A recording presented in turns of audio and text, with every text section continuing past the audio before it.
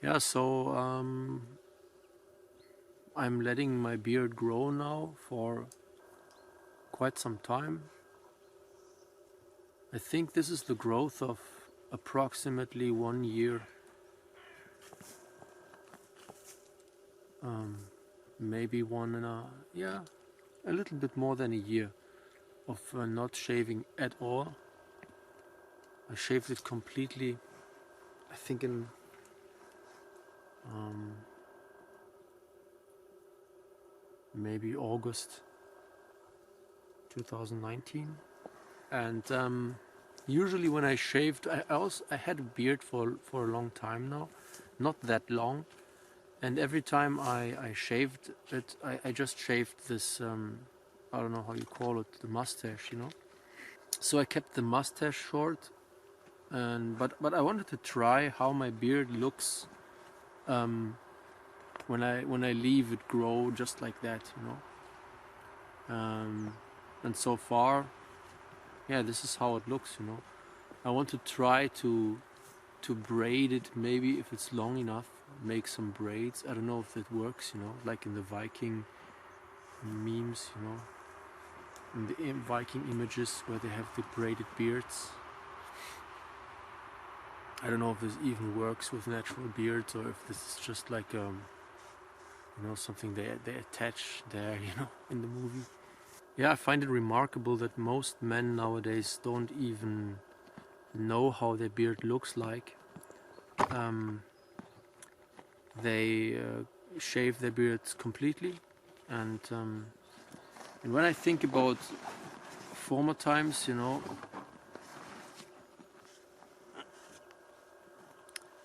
when I think about former times, you know, like the 19th century, where all these notable figures and you know, government officials, artists, scientists, you know, wealthy people. I think almost any man had long beards, you know, and it was a thing of pride, you know, that the people had pride in their beards, and it was a sign of vitality and health and strength. And somehow it changed. It became this kind of nuisance, you know. Um, in the First World War, all these soldiers were shaving their beards. But I think it's remarkable that even in the First World War, I think soldiers were still allowed to have some kind of beard, but I'm not quite sure. At least the officers. But then in the Second World War, I think everybody had shaved beards. And if you look at the older images from older wars, like the 1870s war between France and Germany, if I'm not mistaken, if you look at paintings from that period, ordinary soldiers would also have long beards, you know. And I think if you look at even older images, like from the 30 Years War, the images from the battles of Gustav Adolf, for example, I would say that all these people there, all the combatants, have long beards. And I find it interesting how this changed, you know, how this pattern changed and why. And I think it has to do with maybe with lice. Maybe because in the armies in the 30 Years War, they were not bigger than like maybe 10 to 30,000 people. And in the First World War, it was for the first time that you have like millions of soldiers crammed together in you know, for months and years on end.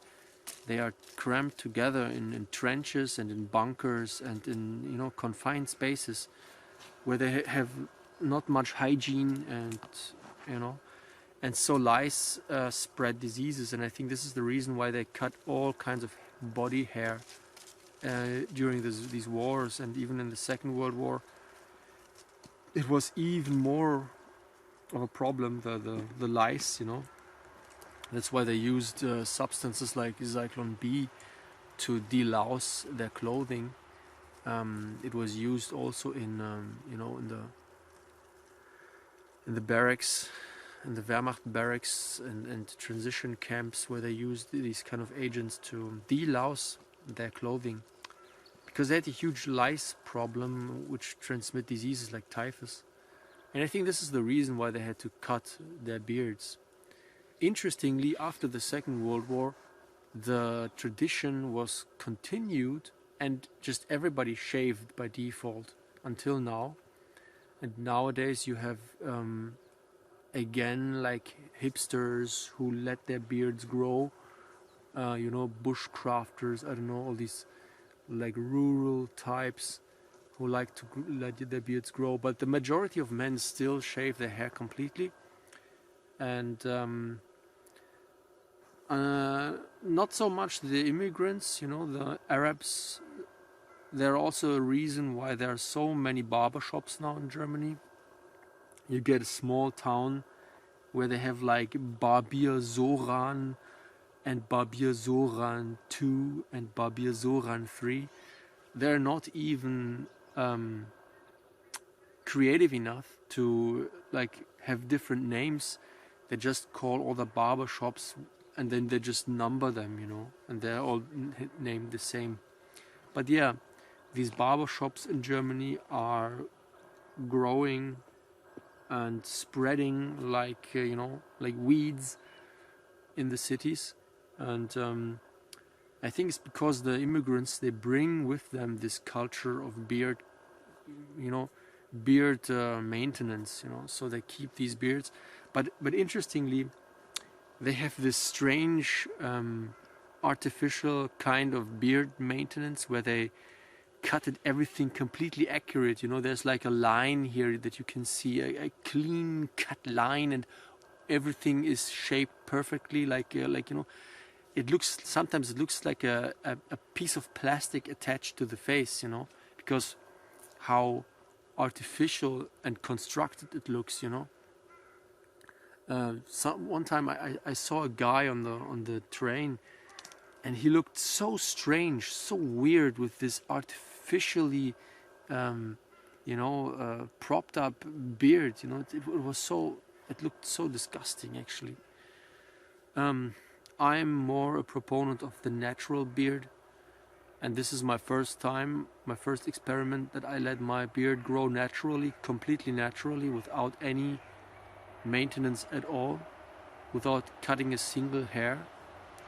And I do that, just as an experiment for now, to see how it will turn out, how it will look in the end. Will I look like Robinson Crusoe? Will I look like like a shipwrecked guy who spent months on a boat on the ocean? Or will I look like a prisoner on the prisoner island, like a Papillon? Or will I look like King Barbarossa with his long, beard that is growing down the steps, of his throne? Or will I look like Odin?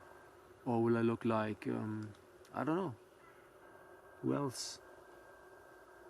Rübezahl, there's this mythical figure in Germany from the Erzgebirge, the Ore Mountains. It's called Rübezahl.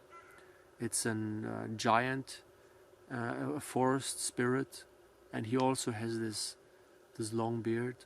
And yeah, this is my experiment. I want to see how I look in the end, and if I can braid my beard in the end. Yeah, and it would be nice if more people would let their beards grow, more men. What is also interesting is that you have to observe that women are encouraged to wear trousers and to cut their long hair, whereas men are encouraged also to cut their beards and shave them. And you see this trend of uniformity between the sexes, the sexes should look exactly the same, They're trying to make no difference between woman and man anymore. And I think they want to have these perfect working drones, perfect consumer and working drones who have no distinction, who have no not many peculiarities, you know, because when you design a product that you want to sell, you don't want to spend all this effort catering for all these different groups and tastes, you know. You want to do a product that everybody can consume, you know, that you can sell to anybody. And instead of making a product that works for everybody, you know, that works for every consumer, you can also design a consumer that buys any product, you know. You could design a uniform consumer for a uniform product. And I think this is one reason, one of the many reasons that they are encouraging gender equality, race mixing, you know, to erase as many differences between the people as possible, and to make them also more easily governable, because, you know, if you have many different groups with different identities, it's not easy to keep them under control, you know. Every single group will, you know, demand particular things and demand independence and self-government. But if you have just one big blob of equal people, then yeah, they're more easily kept in check.